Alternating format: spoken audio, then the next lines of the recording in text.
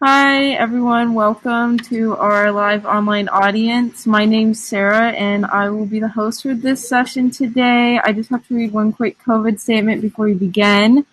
As you are all aware, mitigating the risk of spreading COVID-19 during the Congress requires the cooperation of all of us. In line with the COVID-19 prevention concept elaborated by our host country, Japan, and the Secretariat, I would like to kindly remind you of the following precautionary measures. Please fill in the contact tracing information sheet if in person.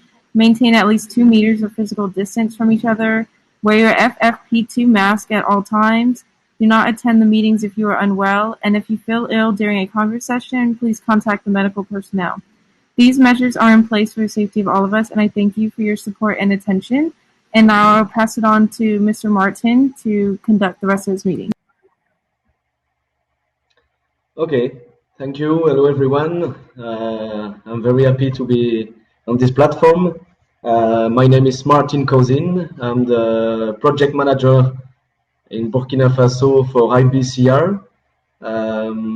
As you know, it's a session in French, so all my apologies if you don't speak or don't understand French, but maybe we can now continue in French.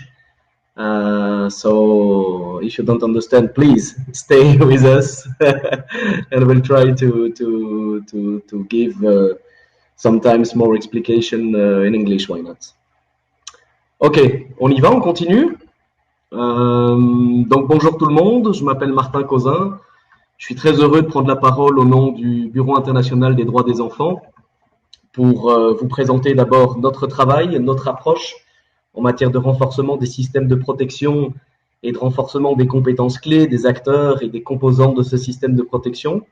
Donc l'objectif ici n'est pas spécialement de vous parler de manière générale du travail du bureau, mais de se focaliser en prenant l'exemple de notre dernier projet au Burkina Faso, qui était un projet qu'on vient de mener, un projet de 5 ans, financé par Affaires mondiales Canada de 2015 à 2020. Et donc, cette session étant en ligne, on a essayé de l'adapter un petit peu aux conditions du moment. Je vais donc dans un premier temps vous donner quand même quelques mots sur notre approche générale et sur l'historique du bureau. Ensuite, je vous présenterai aussi rapidement quels étaient les objectifs de notre projet au Burkina, comment est-ce qu'on l'a mené, quels sont les résultats qu'on a atteints, qu'est-ce que concrètement ça a changé au niveau du système de protection et pour les enfants au quotidien et pour les acteurs qui interagissent tous les jours dans leurs interventions avec les enfants. Ce projet au Burkina Faso est vraiment en lien avec le thème de ce congrès parce que vous le verrez, il y avait un focus très précis sur les interventions des actrices et des acteurs qui accompagnent les enfants en contact avec la justice. Et d'ailleurs, notre partenaire de ce projet était la direction de la justice juvénile qui dépend de la direction de la justice pénale. Donc après ces petites explications sur le travail du bureau et sur le projet au Burkina, contexte oblige, on a enregistré un échange entre plusieurs partenaires du projet au Burkina Faso et moi, qui explique justement en quoi cette approche a été intéressante, en quoi cette approche a permis de renforcer les compétences clés des acteurs, en quoi cette approche a permis de renforcer le système de protection au Burkina, et au final, en quoi l'environnement judiciaire, social, sécuritaire dans lequel évoluent les enfants du Burkina est plus protecteur de leurs droits. Donc ça, c'est un petit peu la trame de la session. Tout ça, ça va quand même nous prendre une bonne 50aine de minutes. La vidéo est assez riche et un petit peu longue, mais on enchaînera ensuite sur une session d'échange, de débat, de questions-réponses. Et ce sera un plaisir d'interagir avec vous, de prendre vos commentaires, de prendre vos questions, de partager éventuellement d'autres expériences en lien avec les renforcements des systèmes de protection ou l'approche par compétences. Voilà un petit peu le menu. Donc, on peut continuer sur voilà, merci. Donc, pour ceux qui ne connaîtraient pas IBCR, donc l'acronyme en anglais, International Bureau for Children's Rights, en français Bureau international des droits des enfants. Nous sommes une ONG canadienne, présent et active depuis plus de 25 ans. Et on intervient dans une 50aine de pays, partout dans le monde, toujours à la demande d'un certain nombre de partenaires et de bénéficiaires, d'abord dans notre propre pays, au Canada, Et puis, comme vous le voyez, dans des pays d'Afrique, d'Asie, des Amériques, au Moyen-Orient, toujours avec cette volonté de travailler de manière durable avec nos partenaires qui sont sur le terrain, qui sont soit des partenaires étatiques, soit des partenaires de la société civile, les enfants, les communautés, les familles, toujours avec un seul objectif et un seul mandat, c'est faire la promotion et la défense des droits des enfants.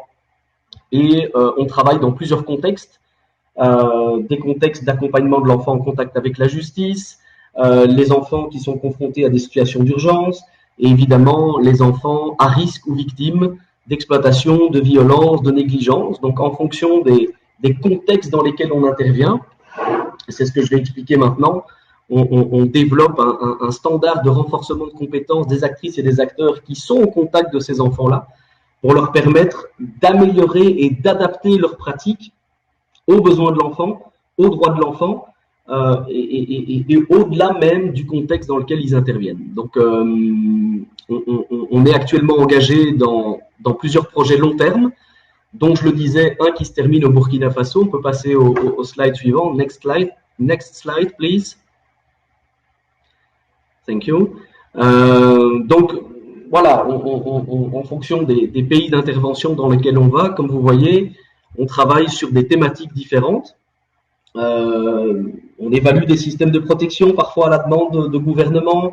On lutte contre l'exploitation sexuelle des enfants. On lutte contre les violences à caractère sexuel et sexiste, la prévention de la traite. Un élément très important dans notre approche est la participation de l'enfant et l'autonomisation des filles et des garçons en tant que sujet de droit et en tant que composant du système de protection.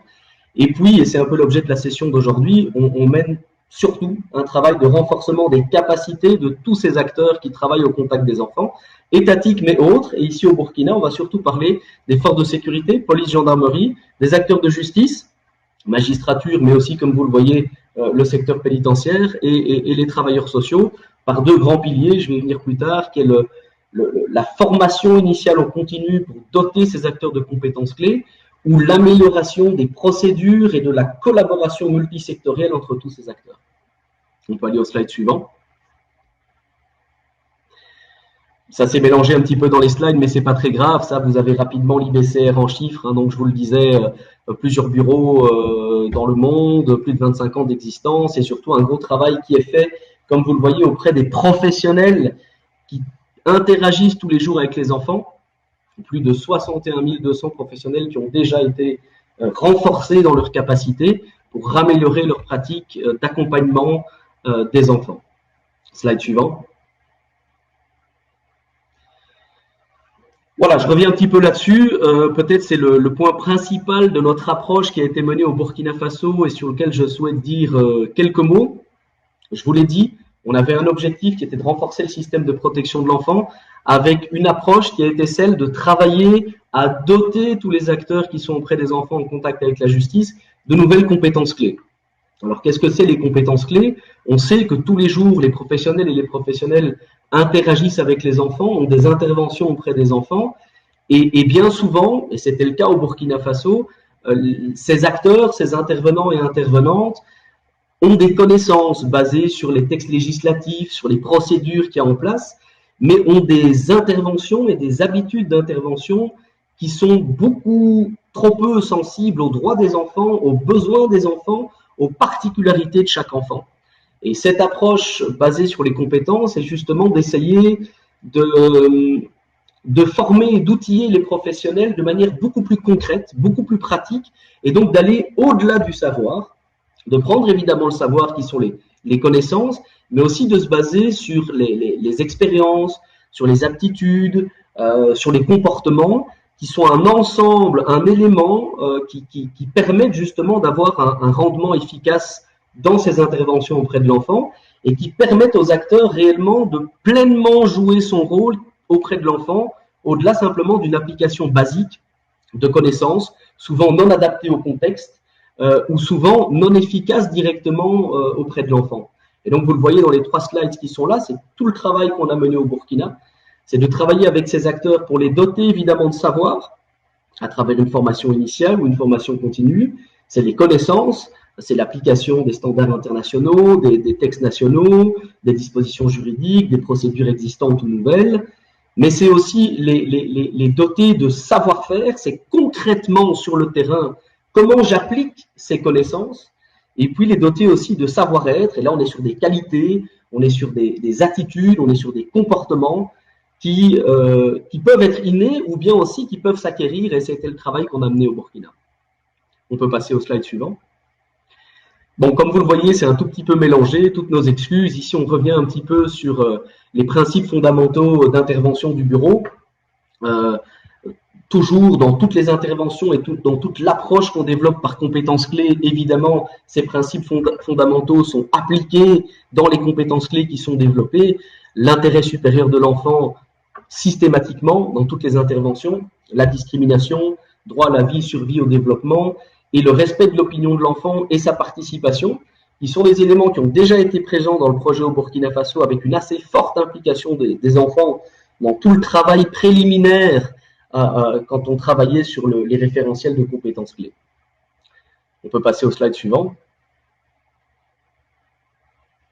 Ok, donc comme je vous le disais, au Burkina, on termine un projet de 5 ans, mené avec Affaires mondiales Canada et directement en partenariat avec le gouvernement burkinabé, 4 ministères, la justice, la sécurité, la défense nationale et le ministère de la femme, famille, solidarité nationale et action humanitaire, qui était un projet qui visait à mieux protéger les filles et les garçons du Burkina avec un focus sur les enfants en contact avec la justice.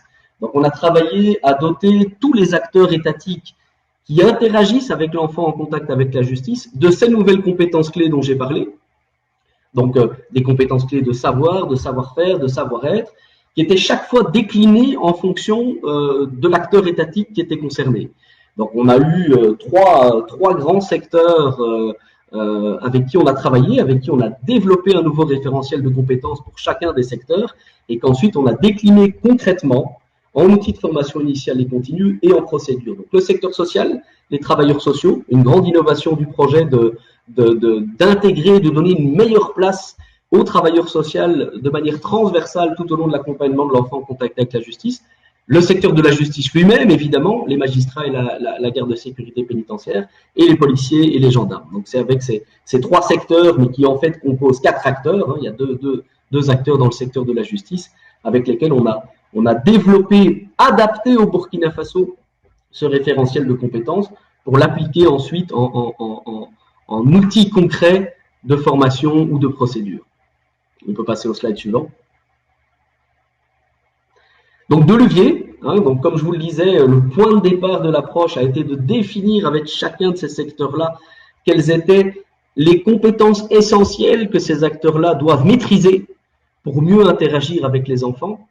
Et une fois qu'on avait identifié ces compétences pour chacun des secteurs, basées aussi sur des référentiels mondiaux qui ont été développés par l'IBCR en termes de compétences clés de la police, ça c'était en 2013, de la justice en 2018, du travail social en 2019 et du personnel travaillant auprès des enfants privés de liberté en 2020. Donc on est reparti de ces référentiels mondiaux qui ont été développés par l'IBCR pour les appliquer concrètement, les contextualiser au Burkina Faso avec 2 leviers. L'introduction de cours obligatoires et évalués et permanents sur les droits de l'enfant et les pratiques adaptées à l'enfant dans toutes les écoles de formation professionnelle des acteurs que je viens de citer, premier pilier. Et deuxième pilier, c'est d'essayer de prendre la trajectoire de l'enfant en conflit avec la loi et de clarifier et d'identifier les rôles et les responsabilités de chaque acteur au sein de cette trajectoire. Qui fait quoi, quand, comment, avec quelles pratiques, avec quels outils. Donc ça a été les 2 piliers et on l'a fait là aussi pour les 4 types d'acteurs que j'ai cités tout à l'heure. On peut passer au slide suivant. Bon, rapidement, hein, les résultats en matière de formation, je vous le disais, 6 trousses de formation qui ont été développées, qui partent au départ de compétences clés. Donc, si on veut parler de la formation des magistrats, il y a un lot de 7 compétences clés qui ont été identifiées, et c'est à partir de ces compétences clés-là qu'on développe des modules de formation qui sont liés très directement à ces compétences pour qu'au sortir de la formation, les magistrats qui ont suivi le cours se disent voilà, j'ai suivi cette module et effectivement, aujourd'hui, je sais communiquer avec l'enfant, je maîtrise et j'applique les règles d'éthique et de déontologie, je sais appliquer les textes législatifs et internationaux directement avec pratique à l'enfant, etc., etc. Donc des cours qui directement font référence à la pratique concrète des acteurs. On peut passer au slide suivant. Même chose sur le deuxième levier, c'est ce qu'on appelle chez nous des modes opératoires. Je vous ai parlé tout à l'heure de la clarification de la trajectoire de l'enfant en conflit avec la loi. Là aussi, un mode opératoire développé par secteur qui permet justement de reclarifier, de redonner un vrai rôle et une vraie responsabilité transversale aux acteurs et au personnel du travail social tout au long de la procédure d'accompagnement, qui permet d'améliorer l'accueil de l'enfant en conflit avec la loi au niveau du secteur carcéral, qui permet d'améliorer l'enquête de police judiciaire par les policiers et par les gendarmes, avec notamment comme point phare les mesures alternatives à la garde à vue ou à la retenue, et puis pour la magistrature, pour les magistrats, de A à Z, l'accompagnement adapté de l'enfant en conflit avec la justice, avec là aussi une mise en avant de la médiation pénale et de la déjudiciarisation. On peut passer au slide suivant. Voilà, j'ai pris ici quelques éléments, je ne vois pas bien le titre d'en haut, mais quelques éléments du type de compétences clés un peu transversales qu'on a pu trouver dans les différents modules de formation qui ont été développés au Burkina. Alors, elles ne sont pas reprises par secteur, mais c'est pour vous donner un petit peu une idée des compétences clés, c'est de formuler avec des verbes, des façons de faire, des façons d'être dans nos interventions avec l'enfant. Interagir et communiquer adéquatement, reconnaître les situations différenciées, intervenir avec éthique, collaborer efficacement avec les autres acteurs, reconnaître et prioriser le principe d'intérêt supérieur en fonction de chacune du renforcement des compétences des acteurs qui sont développés. On adapte ces compétences clés. On peut passer au slide suivant. Ça, c'est un petit peu rapide. On peut passer aussi celui-là. C'est pour dire que grâce à ces cours qui ont été développés dans les droits de l'enfant, on a chaque année 3000 nouveaux intervenants et nouvelles intervenantes qui ont maintenant été formés et qui sont dotés de nouvelles compétences en droit de l'enfant et qui rentrent dans le système de la fonction publique et qui renforcent le système de par une meilleure maîtrise des droits de l'enfant. Et petit à petit, au fur et à mesure des années, on aura donc des intervenantes et des intervenants qui auront tous été dotés de ces compétences clés et qui seront toutes et tous en fonction sur le terrain auprès des enfants. Voilà. Ici, j'ai sorti quelques éléments qui ressortent de l'amélioration et de la clarification des procédures. Je vous l'ai dit, l'idée était vraiment de savoir qui doit faire quoi, comment, avec qui, mais que ce soit évidemment au bénéfice des enfants. Et donc, en améliorant les façons d'être, les façons de faire, les façons d'agir, mais inévitablement, parce qu'on communique mieux, parce qu'on connaît mieux les rôles et les responsabilités des autres, parce qu'on a des outils pour faire une approche multisectorielle et un travail en synergie, parce qu'on sait concrètement comment appliquer sur le terrain les principes de la Convention relative aux droits de l'enfant, etc., etc. Ça découle très rapidement, au Burkina, on l'a vu en un an ou deux, sur l'amélioration du respect des droits de l'enfant au Burkina. Beaucoup moins d'enfants placés en détention, justement parce qu'on a mis en avant les mesures alternatives à la retenue, à la garde à vue et évidemment à l'emprisonnement. Une nettement meilleure communication avec l'enfant et une meilleure intégration de l'enfant en tant que sujet de droit et que partie prenante de la procédure et de la décision. On peut passer au slide suivant. Donc des choses, vous voyez, très concrètes qui justement sont en lien avec ces nouvelles compétences clés dont étaient dotés les acteurs, le rôle renforcé du travail social, je l'ai dit, les enquêtes sociales qui se généralisent, etc., etc., etc. Il y a peut-être encore un slide. Je pense que c'est aussi des éléments sur lesquels vont témoigner les partenaires du Burkina. Voilà, pas facile de parler de tout ça en quelques minutes et à 2h30 du matin pour le Burkina. Donc peut-être ce que je vous propose, c'est qu'on suive la vidéo qui est un échange entre partenaires du projet au Burkina, et eux vont justement témoigner sur 3 grands éléments de notre approche: l'approche par compétence, l'approche multisectorielle, et il est marqué ici la non-discrimination. C'est vrai aussi, c'est un des principes fondamentaux qui a guidé toute notre intervention au Burkina, mais c'était surtout aussi la question de la durabilité. En quoi est-ce que cette approche par compétence permet durablement de renforcer les systèmes de protection? Parce que justement, quand les acteurs sont dotés de compétences clés liées au savoir, au savoir-être, au savoir-faire, eh bien, ils savent ensuite adapter leur intervention, quel que soit le contexte dans lequel évoluent les enfants, même s'ils changent. On n'est pas formé pour travailler uniquement auprès des enfants avec la justice. On est doté de compétences transversales qui, justement, permettent ensuite aux acteurs d'adapter leurs interventions, même si le contexte change, même si l'enfant avec qui ils interagissent vit une situation différente. Ce référentiel de compétences leur permet justement d'adapter cette intervention.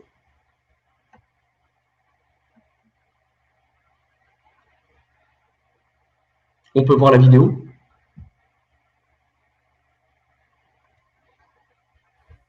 Alors, la vidéo se met en branle. Un petit instant, ça va commencer.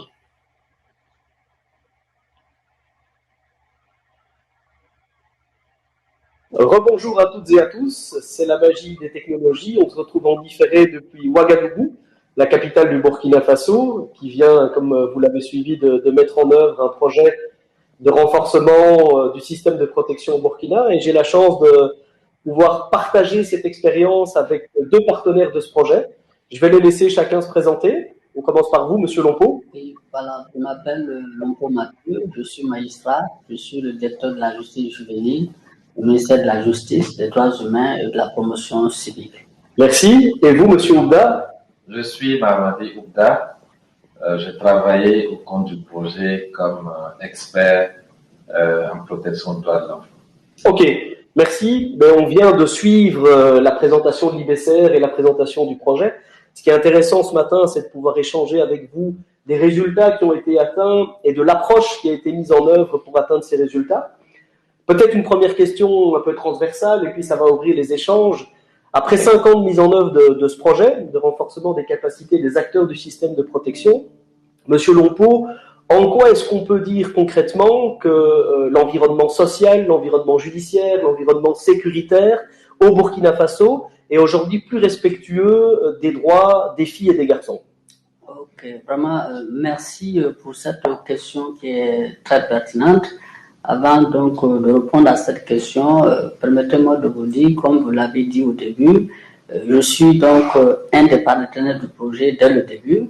Voilà, et au moment où le projet donc est arrivé, j'étais juste des enfants pendant au moins 4 ans avant donc d'être promu au poste de directeur de la justice juvénile. Donc, j'en sais beaucoup sur ce que donc le projet a fait dans le domaine de la protection des enfants. Ce qui a permis donc aujourd'hui de dire que le projet a eu un impact sur l'environnement donc social, judiciaire et sécuritaire donc en matière donc de protection donc de l'enfant. C'est que le projet a permis donc d'apporter des innovations sur 2 volets essentiels. Okay. Le premier volet, c'est la question donc des cours qui ont été introduits dans plusieurs formations initiales. Par exemple, à l'ENAM, il y a eu donc des cours sur les droits donc de l'enfant. L'ENAM étant l'école d'administration et de magistrature. Voilà, l'école nationale d'administration donc de la magistrature. Donc beaucoup donc de magistrats sont formés là-bas, ainsi que les greffiers. Ensuite, donc, il y a eu des cours qui ont été introduits à l'école nationale donc de la police, à l'école nationale des cadres de sécurité pénitentiaire et au niveau donc des cadres des services sociaux. Voilà, donc du point de vue théorique, il y a eu donc un renforcement donc des capacités donc des différents acteurs qui seront appelés à aller sur le terrain pour travailler, être en contact avec les enfants.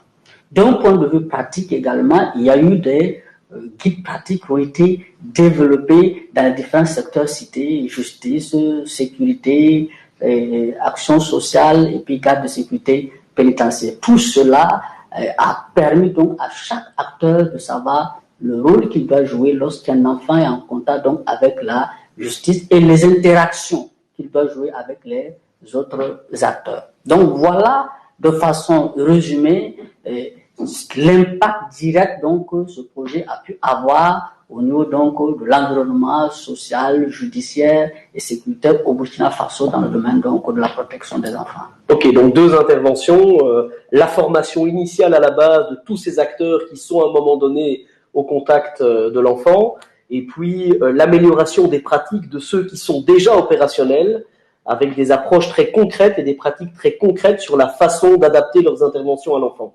Voilà, Voilà, c'est tout à fait, puisque il faut le dire qu'auparavant, il n'y avait pas cette manière d'intervenir qui était opérationnalisée sur le territoire. Okay. Aujourd'hui, c'est une chose faite et les résultats sont tangibles et visibles. Ok. Monsieur Oubda, quelque chose à rajouter sur ce côté amélioration de l'environnement? Oui, je voudrais ajouter qu'avec le travail qu'a fait le projet, on se rend compte que les acteurs qui travaillent autour de l'enfant travaillent encore mieux ensemble. Aujourd'hui, un personnel de la police, par exemple, lorsqu'il est face à un enfant, sait tout de suite qu'il doit faire appel à un personnel social. Et ça, c'est systématique. Et le personnel social, dès qu'on l'appelle, n'hésite même pas à venir. Et même que le personnel social s'est organisé aujourd'hui pour identifier un membre de la structure comme point focal des forces de défense et de sécurité. Donc, vous avez aujourd'hui plusieurs acteurs qui travaillent autour de l'enfant et qui travaillent mieux ensemble, sont prêts à collaborer pour tout ça pour le bien-être de l'enfant. Ok, donc si je comprends, c'est ce côté approche multisectorielle, de faire travailler les différents secteurs et les différentes actrices et acteurs ensemble, qui est notamment une des plus-values de ce projet, Monsieur Lompeau? Tout à fait, exactement. Parce que auparavant, ce que on ne comprenait pas, c'était de faire agir les différents acteurs au même moment lorsqu'un n'est pas en contact avec la justice. Parce qu'un n'est pas en contact avec la justice fait nécessairement intervenir plusieurs acteurs. Mais avant le projet, on ne savait pas les amener à agir ensemble. Okay. Chacun agissait dans son domaine d'intervention. Dans son domaine d'intervention, et ça ne permettait pas véritablement d'assurer la protection donc des droits de l'enfant de façon fluide. Okay. Actuellement, il y a cette fluidité-là qui existe dans les différentes interactions et les différents acteurs qui interviennent.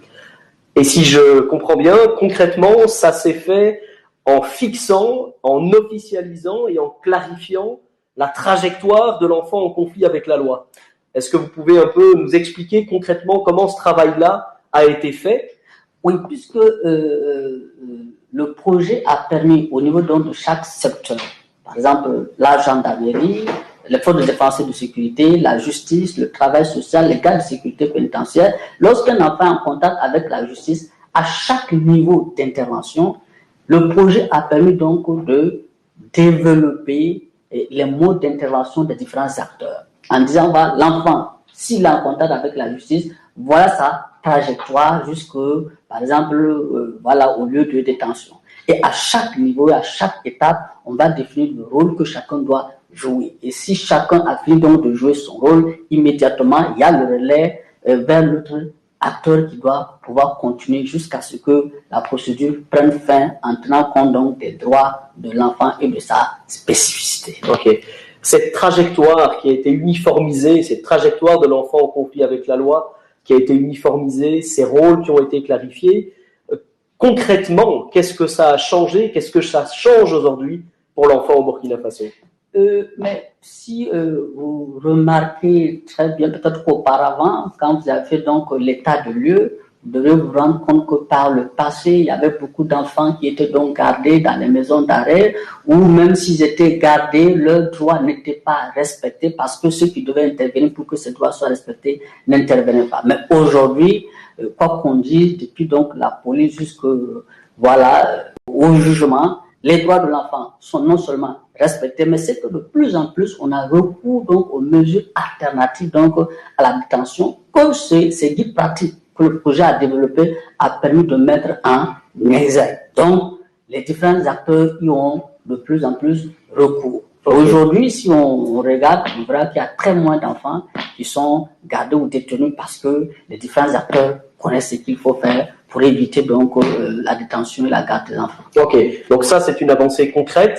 Les mesures alternatives à tout type de détention, que ce soit au niveau des commissariats ou des brigades de gendarmerie pour les retenues ou les gardes à vue, ou même au niveau des décisions judiciaires également, voilà, on a ce type d'avancée. Oui, c'est une avancée notable, réelle et certaine. Parce qu'auparavant, ce qui ne pouvait pas permettre donc d'aller vers ces éléments, c'est qu'on ne travaillait pas en interaction. On ne collaborait pas. C'est ça. De sorte que si vous voulez prendre une mesure alternative, qui va s'occuper de cet enfant-là?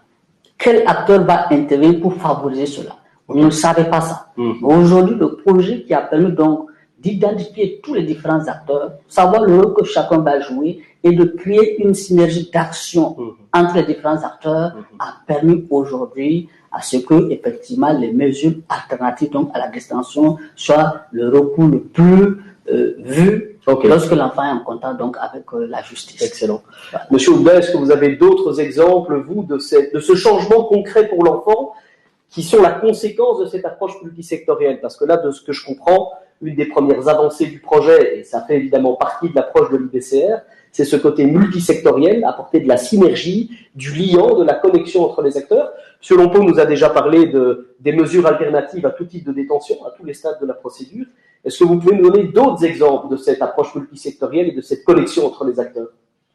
Oui, je vais dire que l'un des éléments assez importants de cette approche multisectorielle, c'était effectivement l'élaboration de cette trajectoire de façon claire. Et on a fait un focus à chaque étape pour dire à telle étape, voilà ce que chacun doit faire et qu'est-ce que chaque acteur devrait faire pour protéger au mieux l'enfant. Alors, si on prend l'exemple, on a parlé des mesures alternatives à l'emprisonnement, on pourrait prendre l'exemple des questions de fouilles, aussi bien dans les postes de police et de gendarmerie que dans les établissements pénitentiaires. Aujourd'hui, on sait comment il faut appliquer la fouille de sorte à protéger l'enfant en communiquant avec l'enfant, en suscitant sa participation, en respectant l'égalité des droits. La fille doit avoir les mêmes droits que les garçons. Et un élément important du projet a été aussi la séparation en fonction des sexes. Les filles ne devraient, lorsque on le déplore certes, qu'un enfant soit privé de liberté, mais lorsque cela doit être mis en œuvre, il faudrait que les filles soient séparées des garçons et cela doit être respecté dans tous les cas. Voilà, il ne faudrait pas le respecter parce que l'état des lieux a montré que c'était respecté chez les garçons, alors que chez la fille, ce n'était pas respecté, alors qu'il faut appliquer l'égalité des droits en fonction des sexes. Donc voici quelques éléments concrets que le projet a permis de mettre en œuvre. Alors ça, c'est vrai que ce sont des exemples qui sont peut-être plus sectoriels, mais je sais qu'une des grandes avancées du projet, c'est aussi la mise en avant du secteur du travail social. En quoi, pour vous, au niveau de la justice, ça a été important ou c'est important? Les enquêtes sociales, les connexions entre le juge et le travailleur social. Peut-être on peut commencer par ça, donc, Monsieur Lompeau. Et puis vous, de manière plus transversale, en quoi est-ce que ce projet a permis de redonner un rôle central au travailleur social? Donc peut-être les liens avec la justice. Oui, puisque il est clair que la loi voudrait pour protéger donc l'enfant qu'à chaque fois, avant donc de procéder à un jugement donc de l'enfant, qu'il y ait une enquête sociale, afin de voir qu'est-ce qui a motivé sa situation. Mais actuellement, avec le projet donc qui est arrivé, il y a une autre dimension donc du rôle du travailleur social qui a été beaucoup mise en exergue. La question, par exemple, de la garde des enfants, puisqu'on dit que la loi voudrait que la garde de l'enfant soit le dernier recours, et même si on est à recours, qu'elle soit la plus brève possible. Donc, avec le projet qui permet aux forces de défense et de sécurité de comprendre que la garde à vue, ce n'est pas ce qui est voulu donc pour les enfants. S'ils ne veulent pas donc les garder, eh bien, rapidement, lorsqu'un enfant donc est pris, on fait appel donc à un travailleur social. C'est ça. Donc, le travailleur social, au-delà du fait qu'il doit mener donc une enquête, et comme un acteur par le biais duquel les forces de défense et de sécurité peuvent remettre donc l'enfant pour qu'il ne soit pas gardé donc dans les locaux et les forces de défense et de sécurité qui ne sont pas beaucoup plus acceptées sur le plan international donc en matière de justice pour mineurs. Donc le travailleur social en intervenant favorise le fait qu'on n'ait pas recours donc au système de garde à vue. On peut même confier donc l'enfant à ses parents en disant au travail social, c'est lui qui va être le relais entre donc les parents et puis les forces de défense et de sécurité pendant qu'ils sont en train donc de mener leur enquête. Alors qu'auparavant, il n'y avait pas ça, puisque le travail social n'intervenait pas systématiquement. Et donc, les forces de défense et de sécurité aussi, pour les besoins de l'enquête, ne pouvaient pas être amenées à laisser l'enfant comme ça pour ne plus savoir par la suite où l'avoir. Donc, l'intervention du travail social, en plus de permettre de mener l'enquête sociale pour voir les mesures appropriées qui sont nécessaires pour l'enfant, permet qu'au fond de défense de sécurité, de savoir les alternatives qu'il faut mettre en place pour ne pas garder l'enfant. Donc, le travail social a joué un rôle beaucoup plus important avec l'intervention donc du projet. Ok. Voilà. Quelque chose à rajouter sur cet aspect-là? Peut-être les liens renforcés entre les travailleurs sociaux et la police. Vous avez déjà touché un mot. Peut-être aussi leur rôle dans les centres de détention, même si on a compris que c'est aujourd'hui le tout dernier recours.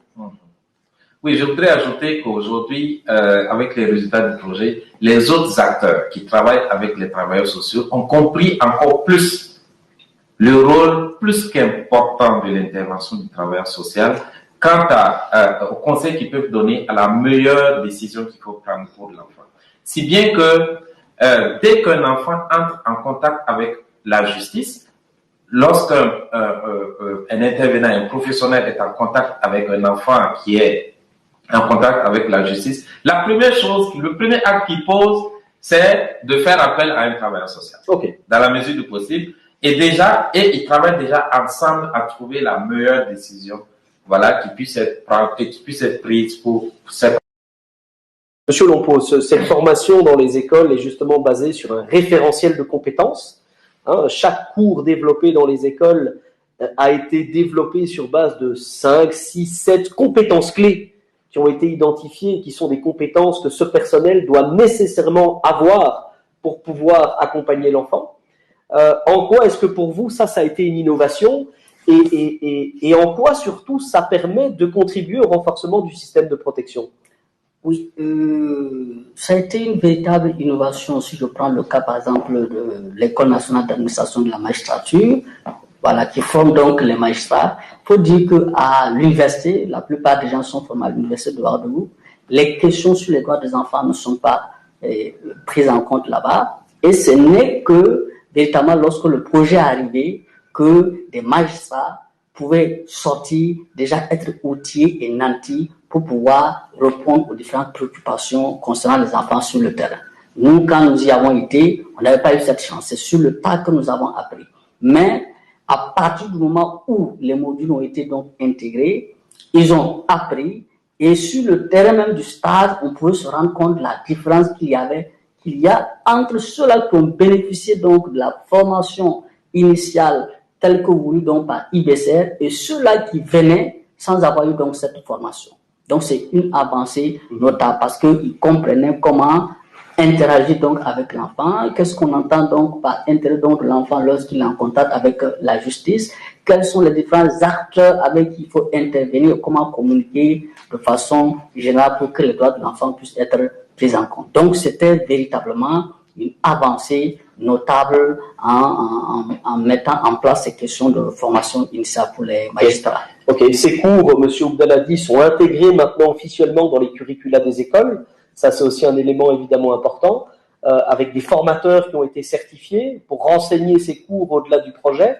Ça veut dire quoi concrètement? Que pendant des années, des milliers d'élèves chaque année vont sortir de ces 8 écoles avec des nouvelles notions aux droits de l'enfant et qu'est-ce que ça va avoir comme impact du coup durablement? Et c'est surtout ça le vrai côté positif, puisque là, ça veut dire que le projet, on a dit qu'il a pris fin, mais en réalité, il n'a pas pris fin, puisque ce qu'il a mis en place ne va que faire continuer. Et je me dis que dans 2, 3, 4 à 5 ans, sont des milliers et des milliers de magistrats qui, s'ils sont recrutés, vont être formés sur la question, qui va leur permettre non seulement dans leurs activités professionnelles de mettre ça en pratique, mais aussi partout où ils seront en contact avec un enfant, ils pourront savoir qu'est-ce qu'il faut faire pour pouvoir assurer la protection des droits de ces enfants. Donc, dans toutes les autres écoles, puisqu'il y a chaque année des recrutements et qu'il y a des modules nécessairement en matière donc, de protection des enfants, surtout en contact donc, avec la justice qui doit être enseignée, c'est sûr que c'est des centaines et des milliers donc, d'acteurs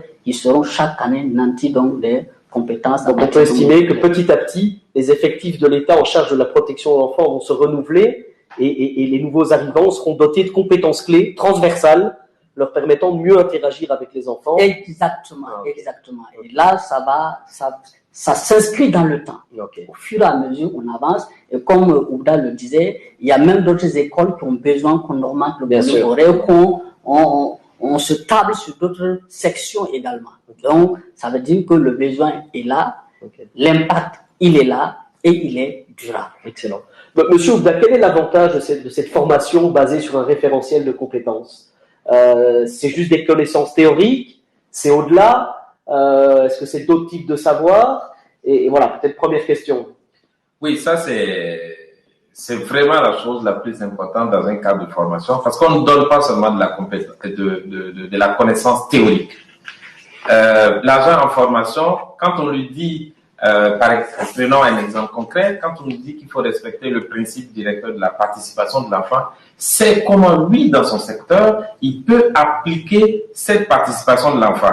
Ce principe même, dès qu'on l'enseignait, les gens étaient assez perplexes. Ils disent, attends, mais comment un enfant qui est en contact avec la justice, comment est-ce que je peux le faire participer? Non, c'est moi qui décide. Mais après, il se rend compte, ah non, ah oui, il est important que je me rende compte, que je donne l'information à l'enfant, que je lui permette de poser des questions, que je réponde à la question, voilà, que je lui donne toutes les informations, que je demande son avis. Voilà, même si on ne va pas prendre en compte son avis, on prend quand même le soin de lui expliquer pourquoi. Donc, voici des questions claires qui ont vraiment mis les élèves à l'aise, et demain, quand ils se retrouvent en face d'enfants, savent comment faire. Et l'un des avancées encore du projet, c'est que, comme M. Lompo l'a dit, beaucoup d'élèves ont sorti aujourd'hui des écoles. On aurait beaucoup de nouveaux praticiens. Ce qu'il ne faut pas oublier, c'est qu'ils vont échanger avec les agents qui sont déjà sur le terrain, qui n'ont pas bénéficié de ces formations-là, hein, et qui ont appris que eux, ils ont bénéficié d'une formation de l'IBCR et voudront savoir exactement, parce que chacun veut mieux faire au service. Donc, ils vont demander comment mieux travailler. Donc, ces gens vont aussi partager les compétences qu'ils ont pu acquérir à l'école avec d'autres agents qui n'ont pas, bien sûr, eu la formation, et cela va participer à mieux protéger l'enfant. Okay. Donc, ce n'est pas que du savoir, c'est du savoir-faire, c'est du savoir-être. On parle de combien de compétences comme ça à peu près? Prenons les gardes de sécurité pénitentiaire. On va les former dans l'école de formation professionnelle. On va les doter en compétences. C'est 2, c'est 100, pour que ce soit concret. C'est 6-7 compétences. Et quel genre? 6 compétences clés. Vous avez, comme par exemple, savoir communiquer avec l'enfant. Okay. Comment accueillir dignement un enfant. Okay. L'accueil qui est très important dans le cadre de la privation de liberté. Vous êtes chargé de la sécurité. Comment assurer la sécurité de l'enfant en prenant en compte ses droits. Okay. Voilà, les questions de genre. Okay. Voilà, comment l'approche sexo-spécifique. L'approche sexo-spécifique. Voilà, les questions d'éthique et de déontologie. Éthique, déontologie, oui. Voilà. Et c'est des choses qui se retrouvent aussi dans les autres, à peu près adaptées, mais c'est chaque fois ce même type 6-7 compétences clés. Comment prendre une décision adaptée donc à un enfant. Lorsqu'on est un jeu, qu'on doit prendre une décision, il faut savoir quelle est la décision qui lui est adaptée en fonction de son âge. Comme il a dit, comment savoir communiquer donc avec lui en tenant compte donc du genre, parce que selon que c'est une fille ou c'est un garçon, il faut savoir comment les aborder. Donc, et est-ce que cette formation par compétences a été bien acceptée dans les différentes écoles? Est-ce que ça participe à l'amélioration de la formation? Est-ce que c'est quelque chose qui peut être gardé, qui peut être capitalisé? Oui, puisque c'est quelque chose de pratique, comme Oubda l'a dit. Lorsqu'on arrive à ce type de formation, c'est comme si véritablement on dit à l'intéressé, ce n'est pas une question de cours théorique comme à l'université. Non, ici c'est des choses pratiques, formelles, claires, de sorte que l'agent, lorsqu'il a ces compétences-là, une fois donc mis sur le terrain, il devient systématiquement opérationnel. Est-ce que je voulais ajouter par rapport à ce point, lorsque nous avons eu des contacts avec les écoles après que les cours soient dispensés, après que la formation des formations ait lieu pour certifier certains, on s'est rendu compte que la plupart des enseignants certifiés veulent adapter la méthode IBCR aux autres enseignements dans d'autres domaines qu'ils donnent aux enfants. Ça veut dire que la méthode d'enseignement est une très bonne méthode et elle a des résultats certains. On a parlé de l'approche multisectorielle, qui est une des bases de l'intervention d'IBCR dans le cadre de ce projet et dans d'autres projets. On vient de parler de l'approche par compétences. Peut-être encore un petit mot sur l'approche par compétences. Concrètement, en quoi est-ce qu'elle impacte le système de protection durablement? Parce que j'ai bien compris que les magistrats, les gardes de sécurité pénitentiaire, les policiers, les gendarmes, les travailleurs sociaux sont maintenant dotés de nouvelles compétences pour faire le travail sur le terrain. Mais est-ce que ça leur permet aussi, du coup, d'adapter plus facilement leurs interventions si les contextes évoluent, si les contextes changent?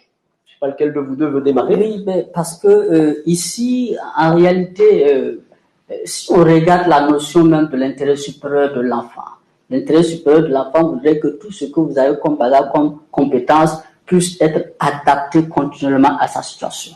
Donc, ce que les différents acteurs ont appris sont liés à cette notion d'intérêt supérieur de l'enfant qui, chaque fois, au fur et à mesure que les choses avancent, eh bien, l'acteur se met aussi dans cette peau donc de changement pour l'adapter à la situation spécifique de l'enfant. Okay. Tous les différents acteurs, police, gendarmerie, travailleurs sociaux, sont imprégnés donc de ce principe et savent l'adapter continuellement aux besoins donc de l'enfant selon donc le contexte. Ok. Voilà. C'est ça, c'est une des forces, Monsieur Ougda, cette possibilité pour les agents formés sur base d'un référentiel de compétences d'être quelque part opérationnels et surtout ayant des pratiques adaptées à l'enfant, quel que soit le profil d'enfant qu'il rencontre ou quel que soit le contexte dans lequel il intervient.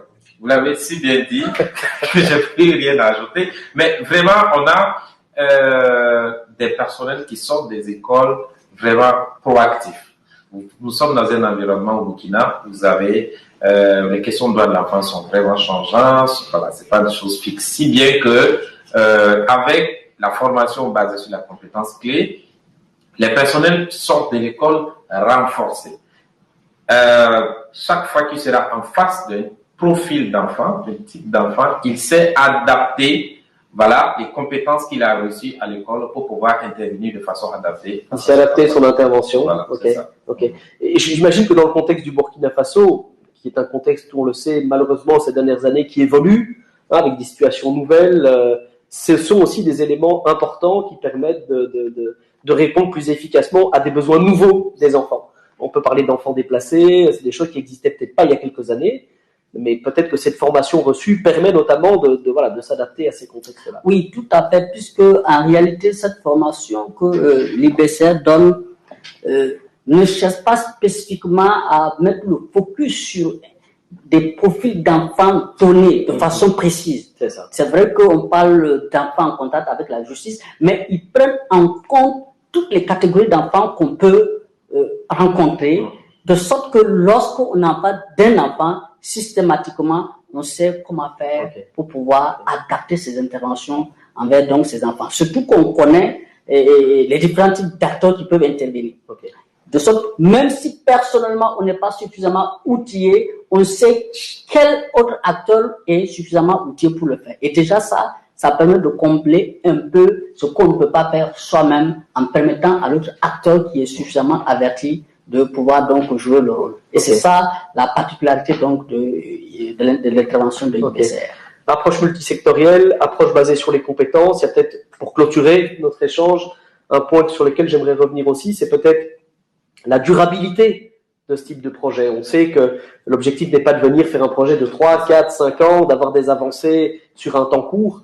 En quoi est-ce que la façon dont on a mis en œuvre le projet, la façon dont on l'a rendu participatif, comment est-ce que ça peut nous garantir que ces nouvelles pratiques qui ont été promues peuvent être durables? Est-ce qu'il y a des choses qui ont été faites qui vous permettent de dire, ben oui, ça va renforcer la durabilité? On a déjà parlé des conventions signées avec les écoles qui se sont engagées à introduire ça dans les curricula de formation. C'est durable. Est-ce qu'il y a d'autres choses qui peuvent nous dire, voilà, grâce à cette approche, à une approche participative, demain, ça va durer, l'application de ces nouvelles pratiques? Oui, comme vous l'avez déjà dit, le fait que, par exemple, sur le plan donc des écoles de formation, il y a des gens qui vont continuellement bénéficier donc de ces formations, c'est sûr que déjà à ce niveau, c'est la durabilité, elle est claire.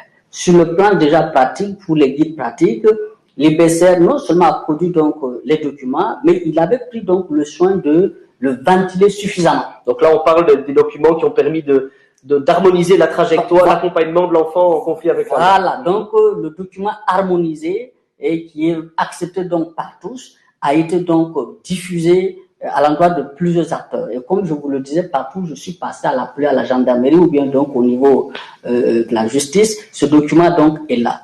Et je pense qu'aujourd'hui dans les perspectives, dans la vision donc de l'État, dans les différents secteurs, c'est que on fasse en sorte que ces documents-là puissent être inscrits dans leur programme d'activité, dans le sens donc de leur diffusion continuelle. Oui, ils ont été préfacés par les ministres d'ailleurs, des circulaires ou des notes ont été prises par certains ministères pour les rendre partie prenante du référentiel de l'État. Voilà, donc actuellement, l'État s'est approprié donc de ces documents-là et entend donc continuer donc leur vulgarisation donc à l'endroit donc des différents acteurs.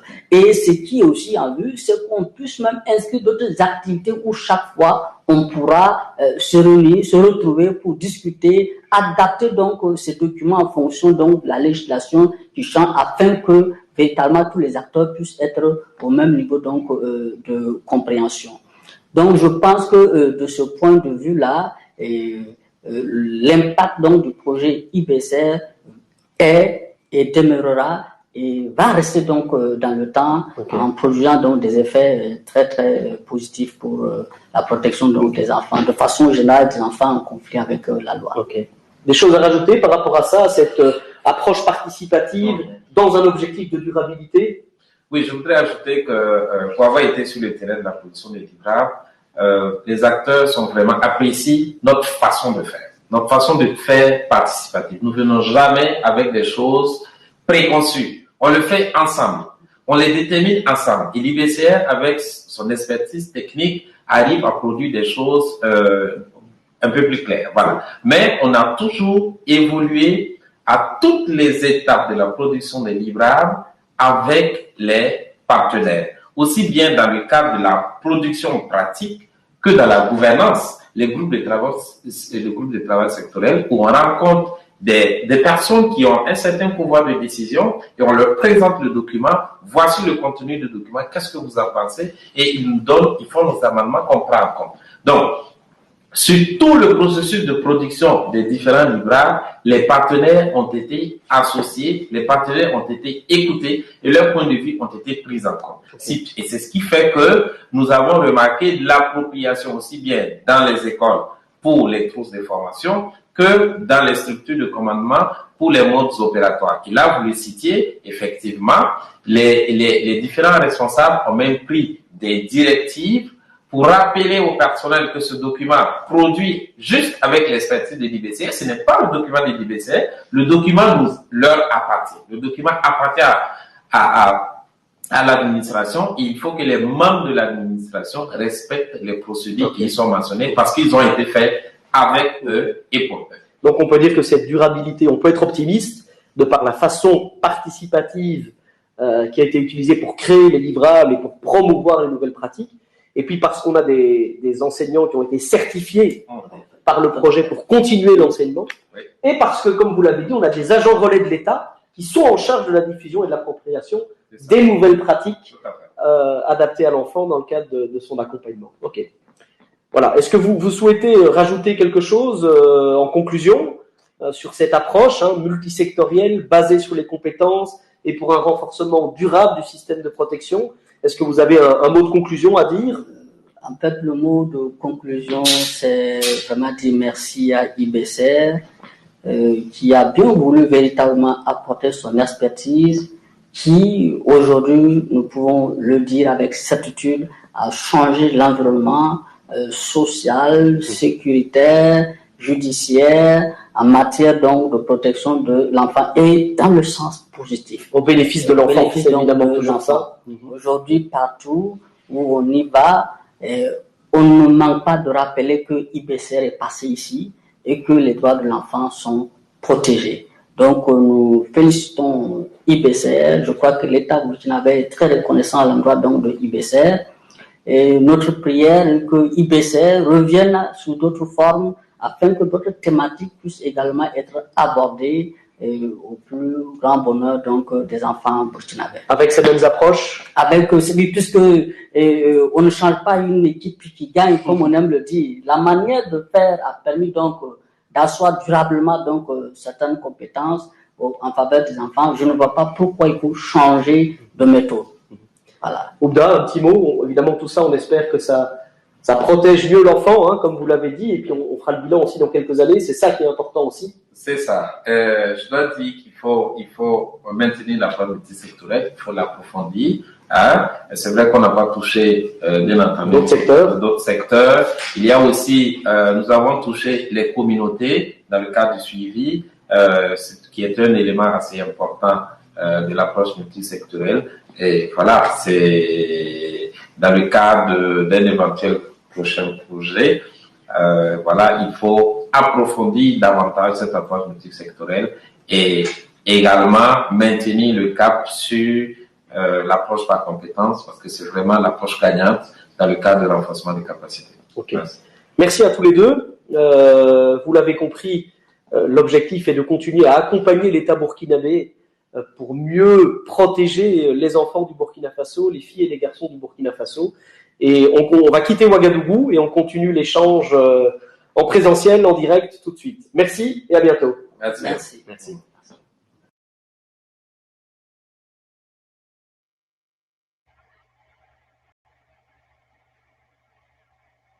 Ok, on est de retour en live.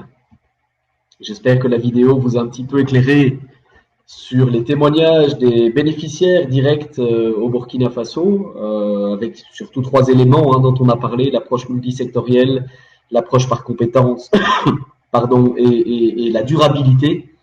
Donc ce qu'on a essayé de faire passer, c'est vraiment l'importance de renforcer les systèmes de protection par un renforcement des compétences des hommes et des femmes qui interagissent directement auprès des enfants et qui leur permet, avec un bagage technique de savoir, de savoir-être, de savoir-faire, tout au long de leur carrière, de vraiment adapter leurs interventions aux besoins de l'enfant, aux droits de l'enfant, aux particularités de l'enfant et au contexte dans lequel l'enfant et l'intervenant évoluent.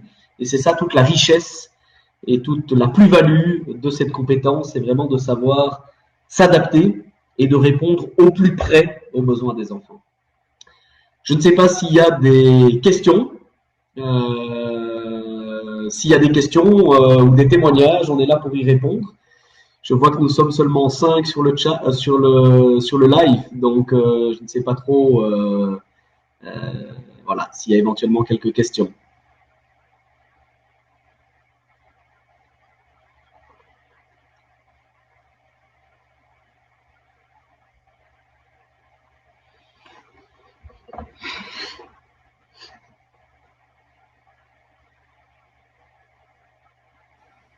And so I believe Martin was saying to wait if we have any questions. my co-host speaks some French, so that's what she said. But to our viewers, you can either send your question in the chat and just go ahead and type it out. Or you can raise your hand. I see we are only 4, and it's you, Pamela, my colleague Geneviève, and I. So I believe that there is no question, but no problem. It's recording, so maybe later. Yes. Yes, we do have one viewer, but I guess they don't have any questions. No, I understand. No problem. All right. Thank you. Thank you to Pamela. All right.